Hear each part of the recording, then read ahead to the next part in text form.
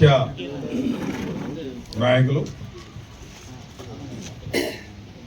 వేదిక మీద ఉన్న మిత్రులందరికీ నమస్కారాలు. ఈనాటి కార్యక్రమం ముఖ్య ఉద్దేశం వల్ల కాంగ్రెస్ ప్రభుత్వం వచ్చి దాదాపు 14 మాసాలు దాటినప్పటికీ ఎన్నికల ముందు అమలు కాని హామీలు ఎన్నో ఇచ్చారు. ఆ హామీల్ని తెలంగాణ ప్రజలు వాళ్ళేదో పెద్దగా ఇస్తారని నమ్మకంతో మరి అటు ఓటేసి కాంగ్రెస్ ప్రభుత్వం రాష్ట్రంలో ఏర్పడ్డది. ఎన్నైతే హామీలు ఇచ్చారో ఏ ఒక్క హామీ కూడా ఏదో ఓటార బస్సు తప్ప, ఏదో బస్సు కొంతమంది మహిళలకు అది కూడా బస్సులు తగ్గించారు. ప్రధానమైన హామీలు మటుకు నెరవేర్చలేకపోయారు.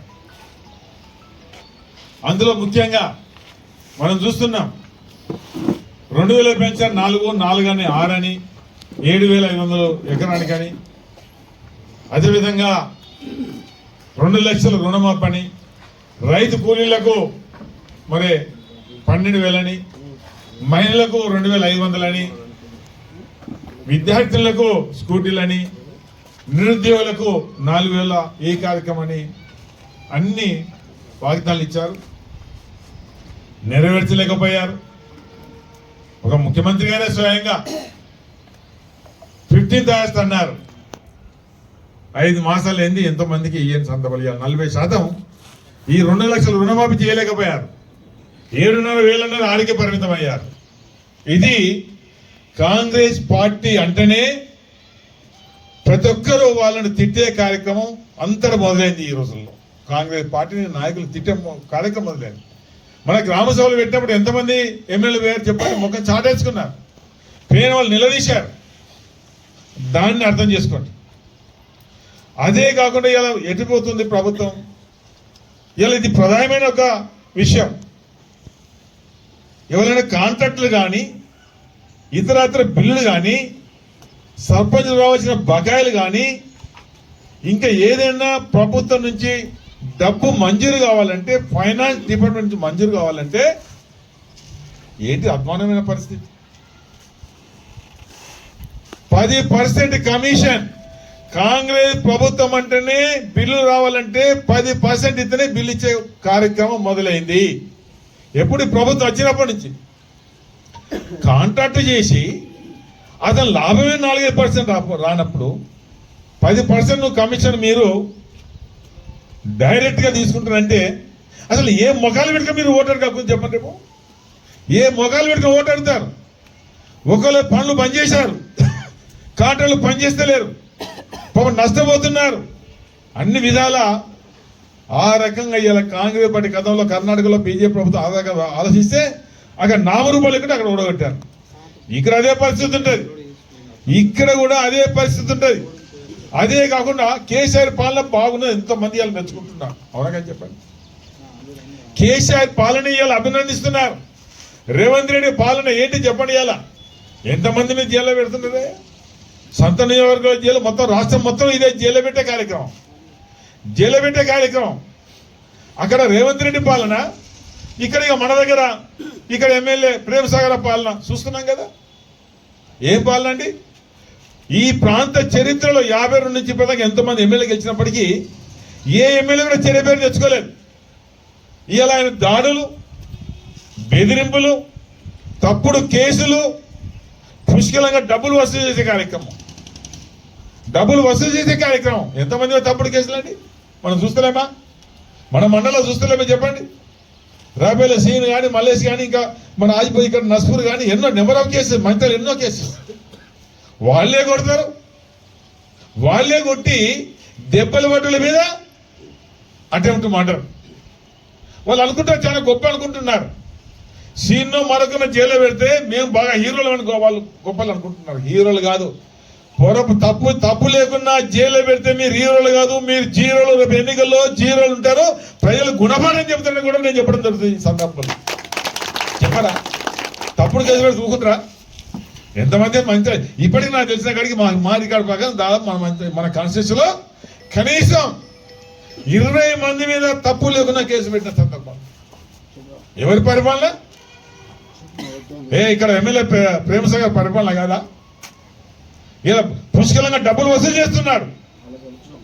రియల్ ఎస్టేట్ దగ్గర డబ్బులు వసూలు చేసే కార్యక్రమం, వ్యాపార దగ్గర డబ్బులు వసూలు చేసే కార్యక్రమం, అందరి దగ్గర డబ్బే కార్యక్రమం మొదలు పెడుతుండే. డబ్బే వసూలు చేసే కార్యక్రమం ఇది జగమిన్న సత్యం. ఏదో ఆయన గెలిచాడు ఈ స్థితితో నేను చెప్పడం లేదు. రేపు ఏదో సందర్భంలో ప్రేమసాగర్ వీళ్ళు అంటున్నా నువ్వు డబ్బులు నేను తీసుకుని నేను అంటున్నా కదా, నేను నీ మీద ఎలిగేషన్ పెడుతున్నా కదా, నేను ఎక్కడ డబ్బు ముట్టలేను అనేది ధైర్యం అనుకుందా చెప్పండి?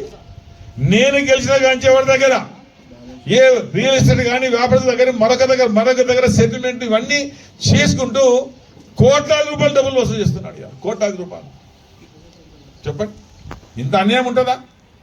ప్రజలు దేనికోసం ఓటేశారు? ప్రజలు మంచి పరిపాలించాలని ఓటేసింది తప్ప దోసుకున్న కార్యం. అక్కడ ముఖ్యమంత్రి గారు అక్కడ ఆ రకంగా పోతే ఇక్కడ ఈ రకంగా. నిన్న కొడంగల్లో మీటింగ్ అయింది, కేటీఆర్ మీటింగ్ పెట్టారు ముఖ్యమంత్రి నియోజకవర్గంలో. ఏమి రిజల్ట్ వచ్చిందండి? వేల మంది తరలి వచ్చారు. వేల మంది తరలి వచ్చారంటే ఆ పరిపాలనకు వ్యతిరేకంగా రోజుకో మాట మాట్లాడుతున్నా. అసలు రుణమాఫీ మొత్తం అయిపోయింది అన్నారు. అయిపోయిందానే ఇవాళ ఇక్కడ ఒక మాట, ఇక్కడ వచ్చిన వాళ్ళ రుణమాఫీ కాని చేతులు ఎత్తుండే. వచ్చిన వాళ్ళ మన పార్టీలో ఇప్పుడు వచ్చిన వాళ్ళ రుణమాఫీ కానోళ్ళు 2 లక్షలు కానోళ్ళు చేతులు ఎత్తండి. కానోళ్ళు రుణమాఫీ కానోళ్ళు చేతులు ఎత్తండి. రుణమాఫీ మంచిగా ఎత్తాడు, సగం ఎత్తేటనే. రుణమాఫీ కానోళ్ళు చేతులు ఎత్తండి. ఇక అర్థం చేసుకోండి. దాదాపు ఇక్కడ కనీసం 20 మంది ఎత్తారు. ఇక్కడ అర్థం చేసుకోండి. ఇక్కడ వచ్చిన దానిలో దాదాపు 30% పైన కూడా చేతులు ఎత్తారు. ఇక అంతగానే ఏం కావాలి? ఇక రైతు కూలీలకు ఇస్తున్నా అంటే నేను ఒకటి మాకు దృష్టి పెట్టుకోండి. ఎన్నికల సందర్భంలో ఏదో మనోళ్ళు మాట్లాడారు, ఏముండదు రాసి పెట్టుకోండి. ఏమి చేస్తారే? ఏ రకంగా జైల్లో పెడితేనే ఎక్కువ గెలుతాం. జైల్లో పెడితేనే గెలుతారు, రాసి పెట్టుకోండి. నామినేషన్ చేసిన తర్వాత పడిపోయి మేము జైల్లో పెడితే కేసు పెడతానే కేసు పెట్టాలని మనం కోరుతున్నాం.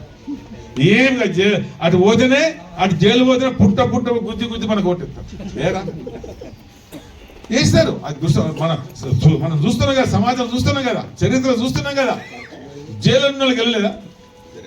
జైలు ఎంతమంది జార్ఖండ్ ఇచ్చిండు, తర్వాత పుల్లందేవి ఎంతమంది, రామ్ విలాస్ పాషాన్ జైలు అనుకుంటా బహుశా ఎంతమంది. అంటే మీకు మనం చేస్తున్నాం. ఆజ్పూర్ మండలం 100% మనం చేసిన పనులు ఉన్నాయి. ఆయన అన్నాడు కాబట్టి ఫస్ట్ రాలి తర్వాత చిన్నగోపాల్పూర్, గడపూర్, నాగారం వీళ్ళకు భూములు ఇచ్చే కార్యక్రమం ఇచ్చినావా? ఎమ్మెల్యే గారు ఇచ్చారా? ఇయ్యలేదు.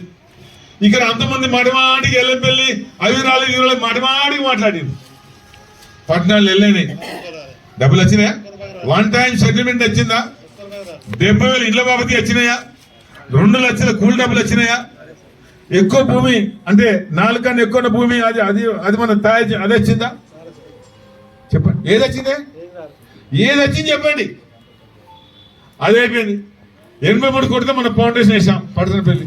నేను ఊళ్ళోకి వస్తే నన్ను అదే పని ఎప్పుడు వచ్చినా నేను ఏ ఊరికి వచ్చినా పడతనపల్లి లిఫ్ట్ అని 100 సార్లు అడిగాడు. ఆఖరి మనం కష్టపడ్డాం, శాంక్షన్ తీసుకున్నాం. టెండర్ ప్రాసెస్ ఎన్నికల దానిలో మనం అప్పుడు ఫౌండేషన్ వేసుకున్నాం. ప్రభుత్వం వచ్చింది, అది ఏం చేయాలి? ఇవాళ నీళ్ళు వస్తున్నాయి చెప్పండి. ఇలా గూడెం లిఫ్ట్ రోడ్డు దాడుతున్నాయా చెప్పండి? ఇది దాడుతున్నాయా?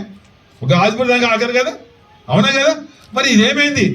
ఎమ్మెల్యే గెలిచిన తర్వాత ఈ పడతపల్లి లిఫ్ట్ చేయనవద్దా? అవి మిగతా వాటికి అది చేయనవద్దా? అది ఆ ఊళ్ళో కదా డబ్బులే తిప్పిలే. ఎల్లంపల్లి నిర్వాసం మొత్తం డబ్బులు ఇప్పాలి కదా, గడుపుల్లో పట్టాలు ఇవ్వాలి కదా. ఒకటి ఇక్కడే మాట్లాడుతున్నాయి, అన్ని ఊళ్ళో ఒక ఆ ప్రాంతం మాట్లాడుతున్నాయి. ఇవాళ గూడెం లిఫ్ట్ ఏదో మనం ఓపెన్ చేసి 10 ఏళ్ళ పంటలు నష్టపోయినాయట. పోయినసారి బాగా బరాబర్ వచ్చినాయట. పోయినసారి బరాబర్ వచ్చిన ఆయనకి ఏమన్నా అక్కడ వేయన చూసిండా? పోయేసారి ఎన్నికల ముందు మనం 3 కిలోమీటర్లు చేస్తే 30 కోట్లు కాంట్రాక్ట్ పెట్టించి బ్రహ్మాండంగా కంప్లీట్ చేసిన నీళ్ళు ఒక రోజు ఒకటి నీళ్ళు వచ్చినాయి. అది కూడా ఆయన కడదట. 10 పంటలు వేనాయట. ఎక్కడ వేనాయి? ఏదైనా కొసవ పోతకొంత పోవచ్చు, 5-10% పోవచ్చు. 10 పంటలు వేనాయట. పేరుసారి బాగా ఇచ్చిండట. ఎల్లంపల్లికి గోడెల్లికి ఆయనకైనా సంబంధం ఉందానే? ఏదన్నా కనీసం అడుగు పెట్టిండా? ఇక అట్లా చెప్పుకుంటా మనం ఏం చేద్దాం? నేను చెప్పుకుంటా అట్లా నేను చేయమని చెప్పుకుంటా. ఇప్పుడు వాళ్ళు ఏం చేస్తే నేను చేసినా చెప్పాను నేను. అంటే ఏమి కేవలం ఇప్పుడు ఎక్కడ డబ్బులు వస్తున్నాయి, ఎవరిని బెదియాలి, బాధ్యత తీసుకుంటాడట. దానిలో ఏమో బాధ్యత ఏమైతే ఆయన ఒకటే అనుకుంటాను, ఇదే మొదలు ఇదే ఆఖరి అనుకుంటాను, ఇదే మొదలు ఇది ఆఖరి అనుకుంటాను. ప్రజలు ఉన్నాడు ఎట్లుండాలయ్యా చెప్పండి. మరి ఇలా ఇక్కడి నుంచి దాదాపు మన ఎమ్మెల్యేస్ తర్వాత 100 మంది ఇక్కడ సర్పంచ్లు, ఎంపీటీసీలు, తర్వాత కౌన్సిలర్స్, ముఖ్య నాయకులు 100 మంది అక్కడ వేయారు. 100 మంది వేయారు. ఆ 100 మంది ఎవరు ఉన్నారు? దాదాపు మొదటి 99 నుంచి ఉన్నారు, 2014 నుంచి ఉన్నారు. నేనున్నాను కదా, తెలుసుకో దివాకర్ రావు. ఇన్నేళ్లలో ఎక్కడ రియల్ ఎస్టేట్ కానీ, మరొకడ కానీ, ఇంకా భూముల కాడ కానీ, ఇంకా కానీ, వ్యాపారస్తుల కానీ, రైస్ మిల్ కానీ, ఎవరి దగ్గర ఎక్కడ ముట్టినా నువ్వు 1400 కోట్లు ఆస్తాను కదా, నువ్వు 1400 కోట్లు ఆస్తుందని చెప్పిండా ఎన్నికల ముందు. మరి 1400 కోట్లు ఉన్న వాళ్ళు ఈ పని ఏందే, ఈ వసూలు చేసే కార్యక్రమం ఏదే? ఎక్కడ పోయినా వసూలే. ఇది నేను అన్నా అనుకోండి, ఇది కిందలతో చెప్పుడు కాదు.